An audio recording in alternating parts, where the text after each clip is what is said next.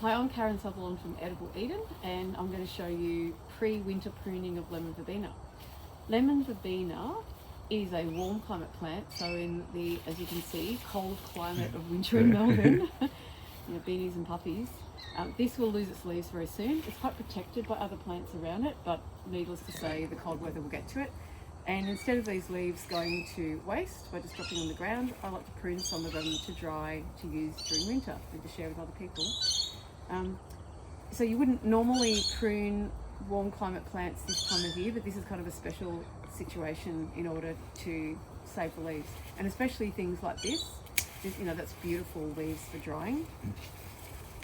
And so these are best, I prefer to, some things are good to dry in the oven or a dehydrator. I prefer to air dry these, so I'll just hang them in bunches upside down, like so. So I'll be taking off taking off the dead flower heads too, because we don't want that. That's not much use. Oops, I've lost a bit somewhere. So maybe. Karen, how old is this tree? Well, I was thinking 20, but I think it's more like 30 years old. And I transplanted it from a veggie garden in the back where I had trained it up so the leaves could be above the plants growing underneath. So it was a way of stacking more in. And it's not really what it wants to do. Like elderflower or elderberry, same plant, it really wants to be getting fresh shoots from the bottom.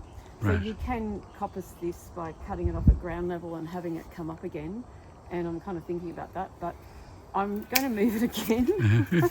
Whole plant. Yeah. You see, I'm just sort of cutting back to reasonable sized wood with some nodes, and it will usually grow back from there. Now I'm also cutting out the very thin wood because that just doesn't make it through winter. Even probably some of that won't make it through. It's just too cold for it. Yeah. So it took about 3 years for it to recover properly from being moved, but we'll see how it goes this time. And I'm half tempted when it starts to regrow in spring, when I move it to its new location, to chop it off at ground level once we start to get growth, so it shows that the sap is moving. Okay. I'm contemplating starting it again. I don't know if it's a good idea or not.